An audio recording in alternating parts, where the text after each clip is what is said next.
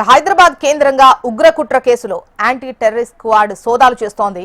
రాజేంద్రనగర్లో పోర్ట్వ్యూ కాలనీలో 5 బృందాలు తనిఖీలు విస్తృతంగా చేస్తున్నట్టుగా తెలుస్తోంది. ప్రధాన నిందితుడు డాక్టర్ అహ్మద్ నివాసంలో గంటన్నరకు పైగా సోదాలు చేశారు.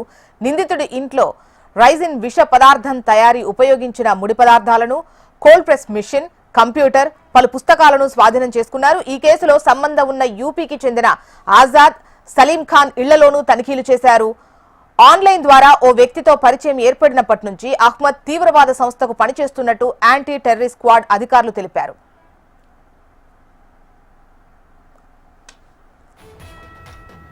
ఇక మరిన్ని వివరాలు అందించేందుకు హైదరాబాద్ బ్యూరో నుంచి రమణ ఉన్నారు. రమణ, చెప్పండి, హైదరాబాద్ కేంద్రంగా ఉగ్రకుట్ర కేసుకు సంబంధించి యాంటీ టెర్రరిస్ట్ స్క్వాడ్ సోదాలు చేస్తున్నట్టుగా తెలుస్తోంది. దీనికి సంబంధించి మీ దగ్గర డీటెయిల్స్ ఏంటి?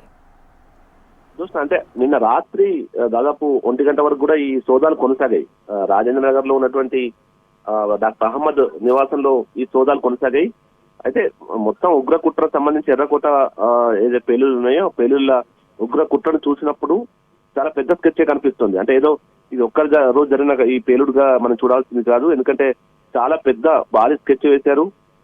మొన్నటి ఆపరేషన్ సింధూర్ కు అంటే దానికి అంటే తిప్పికొట్టేందుకు లేదంటే ప్రతీకారం తీసుకునేందుకు ఉగ్ర సంస్థలన్నీ కూడా ప్లాన్ చేసినట్టుగా అయితే తెలుస్తోంది.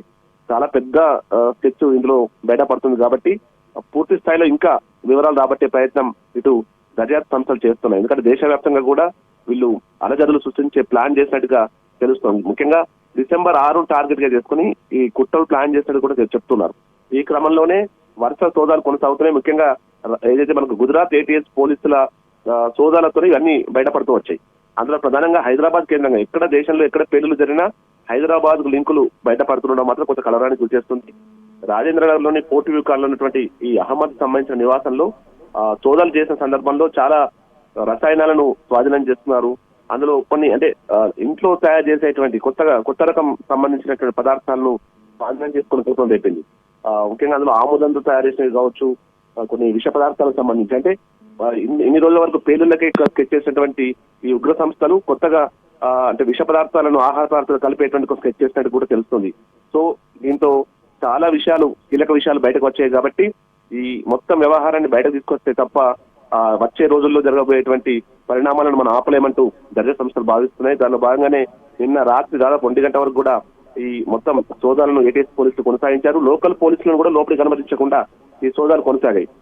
ప్రస్తుతం అయితే నిన్న రాత్రి సోదాలు పూర్తయ్యాయి. నోటీస్ ఇచ్చారు. కుటుంబ సభ్యుల్ని కూడా మరొకసారి వారు విచారణకు రావాల్సింది కోరారు. పూర్తి స్థాయిలో మరింత సమాచారం రాబట్టే ప్రయత్నం చేస్తున్నారు. మొత్తం మూలాలు చేస్తున్న ప్రయత్నం. ఎందుకంటే కేవలం ఒక్క రోజుతో జరిగింది కాదు ఇది. ఇంకా చాలా ప్లాన్స్ ఉన్నాయి. చాలా చోట్ల ఈ కుట్రలకు సంబంధించిన వ్యక్తులు ఉన్నారు, అనుమానితులు ఉన్నారు. కాబట్టి వారందరికి సంబంధించి గుర్తించే ప్రయత్నం కూడా జరుగుతోంది. అహ్మద్ను ఆల్రెడీ అదుపులోకి తీసుకున్నారు కాబట్టి అతని నుంచి సమాచారం ఆల్రెడీ రాబట్టిన పరిస్థితుల్లోనే ఆయన నివాసంలో ఈ పదార్థాలను స్వాధీనం చేసుకుని సీజ్ చేసి తీసుకెళ్లారు. రైట్ రమణ.